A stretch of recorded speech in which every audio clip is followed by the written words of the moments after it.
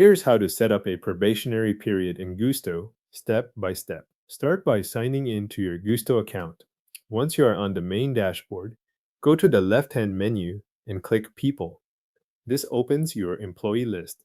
From there, select the employee you want to update so you can work inside that employee profile. When the employee record opens, find the Work section. In that section, click Edit next to the employee's work information. This is where Gusto stores details tied to the employee's role and employment status. If your account already includes a probationary period field, enter the employee's probation details there. Depending on how your company tracks probation, this could be an end date or a written duration.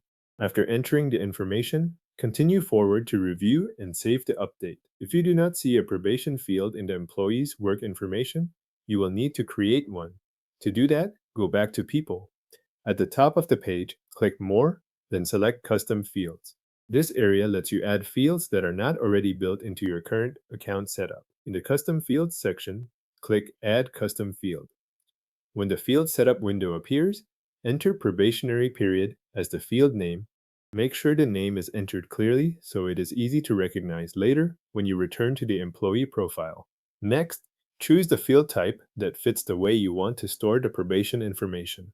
You can select a date field if you want to track a probation end date, or choose text if you want to enter a duration or another written note. After choosing the field type, click Add Field to create it. Once the custom field has been added, return to the employee's profile.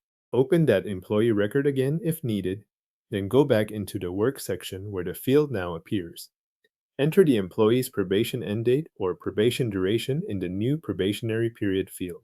Make sure the value you enter matches the format expected by the field type you selected, especially if you chose date. After the probation information has been entered, review the employee's information before saving.